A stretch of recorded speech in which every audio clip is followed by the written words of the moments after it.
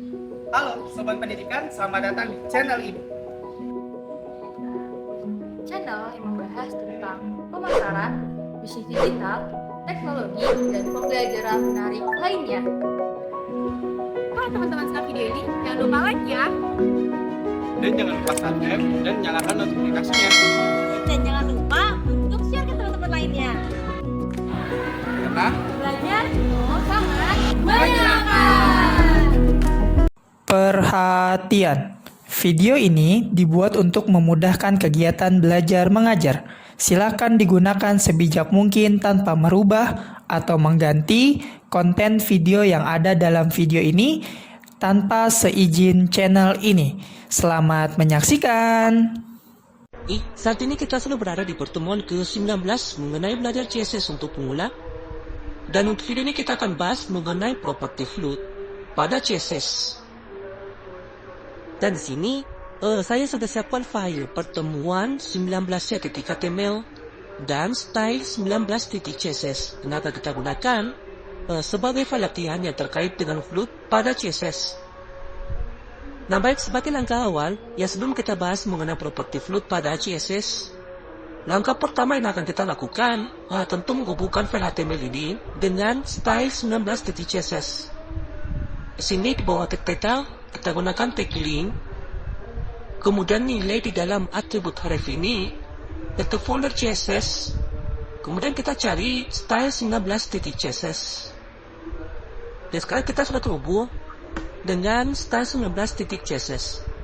Nah langkah yang kedua, di sini teman-teman harus siapkan satu file gambar yang tepatnya di dalam folder belajar CSS.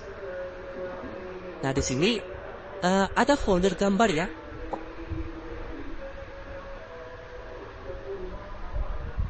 Dan ini kita buat pada saat kita bahas mengenai property background pada CSS. Dan nanti gambarnya akan simpan di dalam folder gambar ini. Dan di sini saya sudah punya file gambar ya. Nama filenya adalah float.jpg. Ya, akan kita gunakan sebagai bahan latihan yang terkait dengan float. Baik, sampai di sini untuk Windows Customer ini saya terus kita kembali ke user to code-nya. Kita akan masuk ke topik pembahasan kita mengenai property float pada CSS. Dan jadi property float pada CSS itu digunakan untuk memposisikan elemen yang berada di samping, baik di kiri maupun di kanan. Dan property float ini itu paling sering kita gunakan ketika kita ingin ya ada gambar yang dikelilingi oleh paragraf atau membuat gambar berada di samping sebuah teks. Nah misalnya di sini saya punya H2 yang sebagai judul artikel. Anggaplah judul artikelnya elemen float pada chat.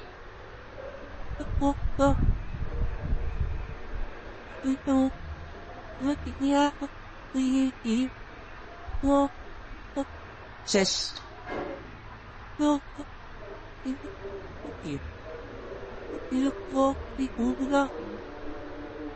Kemudian di sini saya akan memanggil gambar yang saya siapkan tadi menggunakan tag img.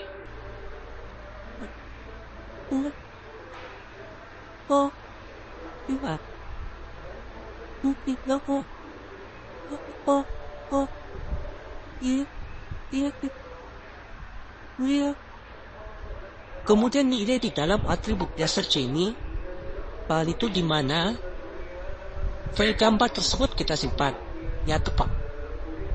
Yang tadi di dalam folder gambar ya. Jadi di sini folder gambar, lalu slash, kemudian kita cari nama file gambar yang akan kita gunakan. Dan apa ini float.jpg. Jadi di sini teman-teman tinggal sesuaikan nama file gambar. Lalu saya isi tinggal noret. Saya tap di Jipo. Oke, sampai di sini. Untuk sidebar sebelah kiri ini saya hide dulu. Kemudian kita akan jalankan file pertemuan 19 di Google Browser. Tadi saya sudah jalankan. Sekarang kita refresh.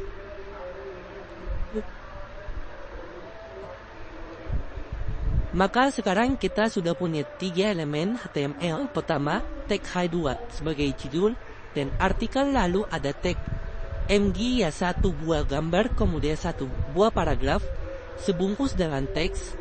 Atau 3 elemen ini kita bungkus ke dalam sebuah kontenaria di sini.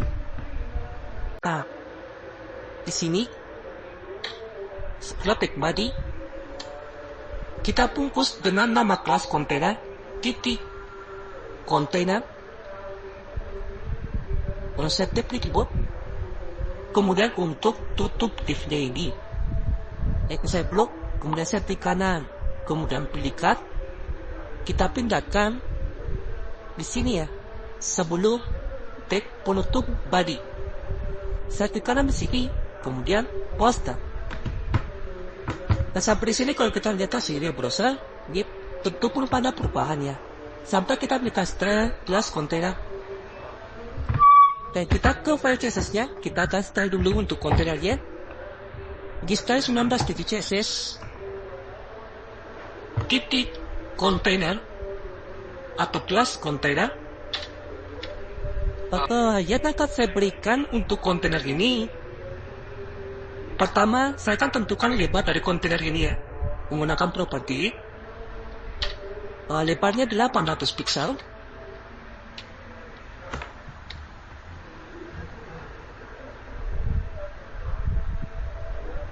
Kemudian untuk matchingnya menggunakan properti matching.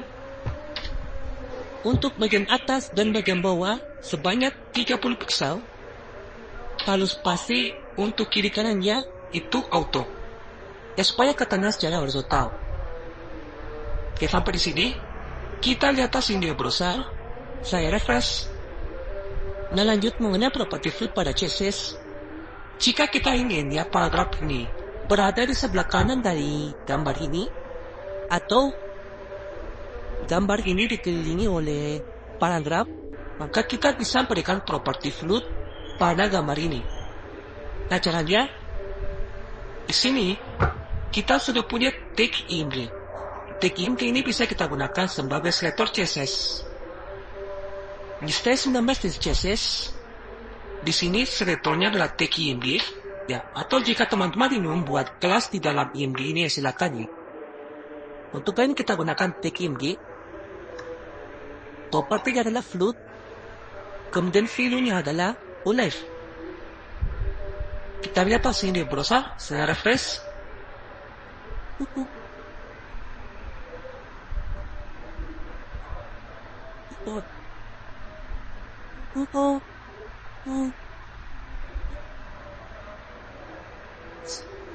Nah, maka paragraf ini akan mengisi ruang kosong yang di sebelah kanan pada gambar ini.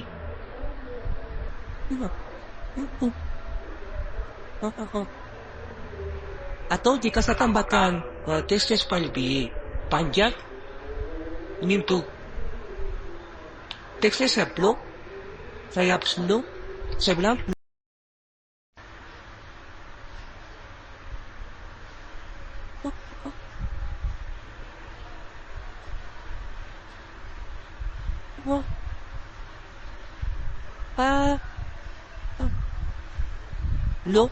saya bilang lorem, saya buat random 150 kata, lalu tap di keyboard.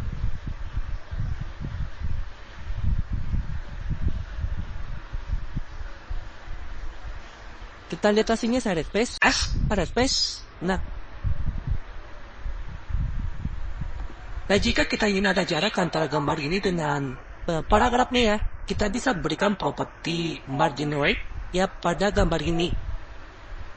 Di sini tag img-nya kita kasih properti margin right. Kita kak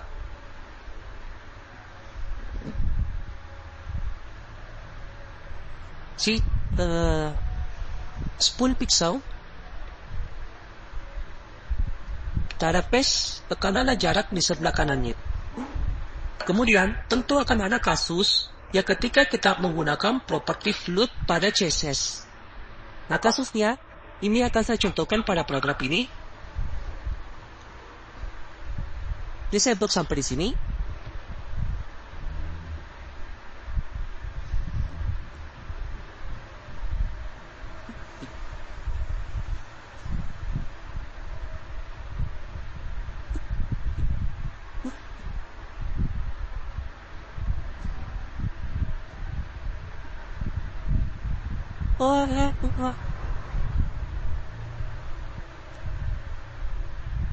Kemudian saya hapus. Saya sisakan cuma 3 baris. Kita lihat hasilnya. Nah, sampai di sini belum ada masalah ya. Tapi ketika ya saya punya elemen lagi di bawahnya, di bawah teks ini ya. Kenapa saya punya artikel berikutnya? Ada judul H2, judul artikel.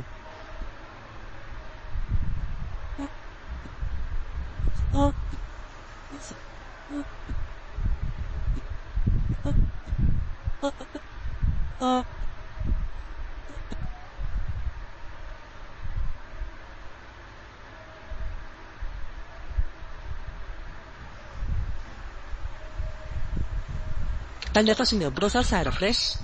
Nah, judul artikelnya itu kan selalu berada di samping gambar ini, bukan di bawah gambar ini. Jadi setiap kali kita menggunakan properti float ya pada CSS, maka elemen setelahnya itu akan terus berada di sampingnya, ya bukan di bawahnya. Dan sementara kita lihat di sini, elemen setelah gambar ini yang kita berikan properti float, ya tik P dan tik H2. Ya selama konstenannya cukup atau muat, ya jika telah cukup, ya baru dia turun ke bawah. Nah, untuk mengatasi hal seperti ini, ya karena kita ingin judul artikel atau artikel selanjutnya berada di bawah gambar ini, dan maka kita harus hentikan float tersebut. Dan caranya dihentikan, ya karena kita ingin judul artikel selanjutnya itu berada di bawah gambar, maka kita hentikan setelah tik P di sini. Ya kita hanya nama kelasnya bebas. Ya, saya buat kelas namanya clear, terus saya tap di keyboard. Ini kita biarkan seperti ini, jangan diisi apapun. Tinggal di file CSS-nya di sini. Nama kelasnya adalah clear. Lalu propertinya clear. Kemudian nilainya adalah olive. Ini untuk menghapus.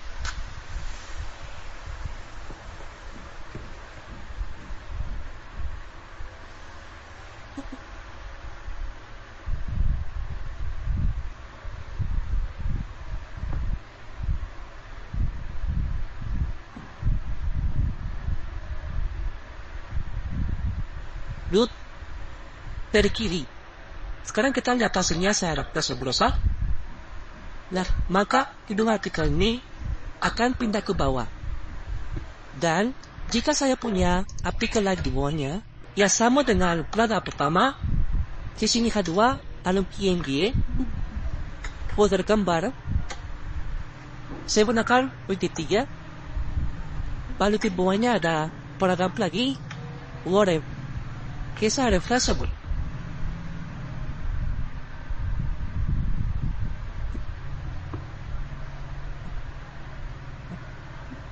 Oh. Oh. Oh. Oh. Oh. Oh.